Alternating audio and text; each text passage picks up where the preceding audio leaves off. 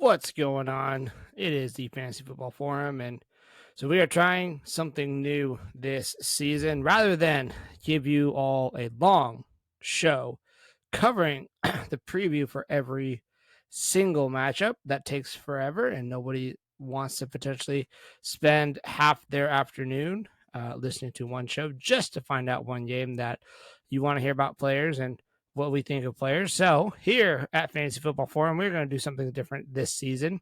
We're going to break down each game individually. We're going to go one game at a time with the video. So if you are not on the game that you want, but you want to go find that particular game that we discuss, go find that.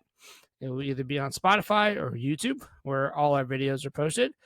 Give us a like and subscribe. Know when we post those videos and what game, when those preview videos will come out. Again, this is actually not going to be a very long video. It's not going to go highly in depth. We're going to get very quick starts, sits, if there's injury news to keep track of, potential sleepers or bust for each game. Okay, with that, we're going to get to our first game, Kansas City at Jacksonville.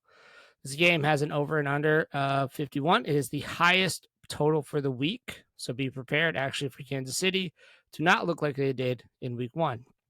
Players you're starting, obviously on the Kansas City side, you're starting Mahomes, you're starting Isaiah Pacheco, in my opinion, and if he's healthy, you're obviously starting Travis Kelce.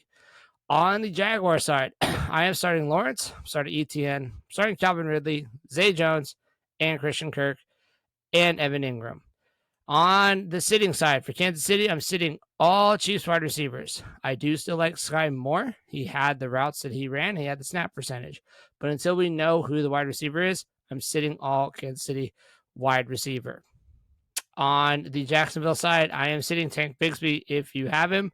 I don't trust him. I'm not going to start him. Injury news. Obviously, keep track of Kelce. That's the biggest one. For a sleeper, I like Zay Jones as a sleeper. He came out. He was running in two wide receiver sets. He is going to have potential there. On bust, I'm going to say for this week only, Calvin Ridley is going to be the one that busts. Last week was Christian Kirk. This week, I think it's going to be Calvin Ridley.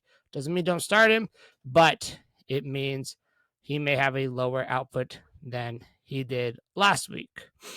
All right, that is this game.